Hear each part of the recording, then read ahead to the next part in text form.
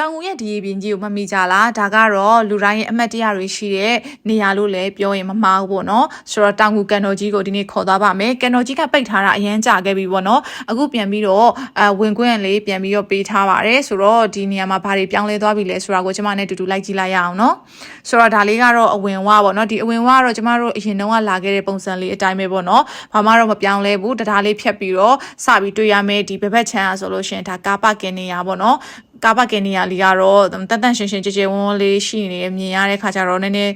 စိတ်ချမ်းသာရတယ်ပေါ့နော်ဒါလေးကတော့မပြောင်းလဲဘူးဆိုတဲ့သဘောပေါ့ဒီနေရာလေးကတော့ပေါ့နော်ဆိုတော့ကဲဆက်ပြီးတော့ကျမတို့တခြားတစ်နေရာထပ်ပြီးသွားကြည့်ကြည့်မယ်နော်ဒီနေရာလေးမှာတော့ထိုင်ကုန်တန်းလေးတွေကတော်တော်လေးဟောင်းနှွမ်းနေပြီတချို့နေရာမှာအမိုက်ကလေးတွေလည်းတွေ့ရတယ်ပေါ့နော်ဖြစ်နိုင်တော့ကန်တော်ကြီးဆိုတာကတချို့လာလဲတဲ့လူတွေကလည်းအပန်းဖြေချင်ကြတာဆိုတော့လေဒီထက်ပို့ပြီးတော့တန်တန်ရှင်းရှင်းလေးပြင်ပြီး update လုပ်နိုင်ရင်တော့ပိုကောင်းတာပေါ့နော်ဆိုတော့ဒါကကျွန်တော်တို့ဟိုဘက်အချမ်းကိုသွားကြည့်ကြည့်တယ်ခြုံလေးတွေလည်းတော်တော်လေးထူနေတာတွေ့ရတယ်ပေါ့နော်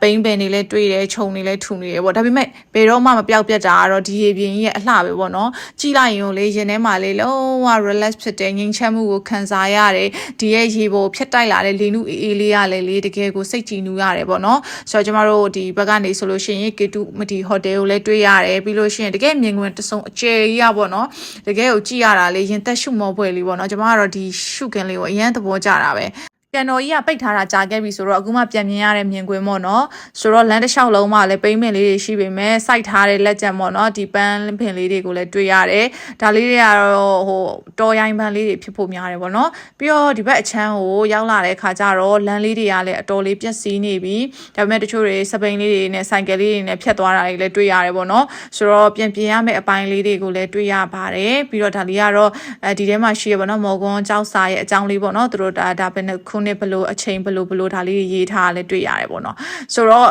တစ်ပင်အရေးအကြီးကြီးတွေရဲ့အောက်မှာရှိနေတယ်ဆိုတော့ပေါ့နော်တချို့အပန်းဖြေဖို့အတွက်ဆိုလို့ရှိရင်တော်တော်လေးအေးချမ်းဖြစ်တယ်ပေါ့နော်တကယ်တမ်းသာ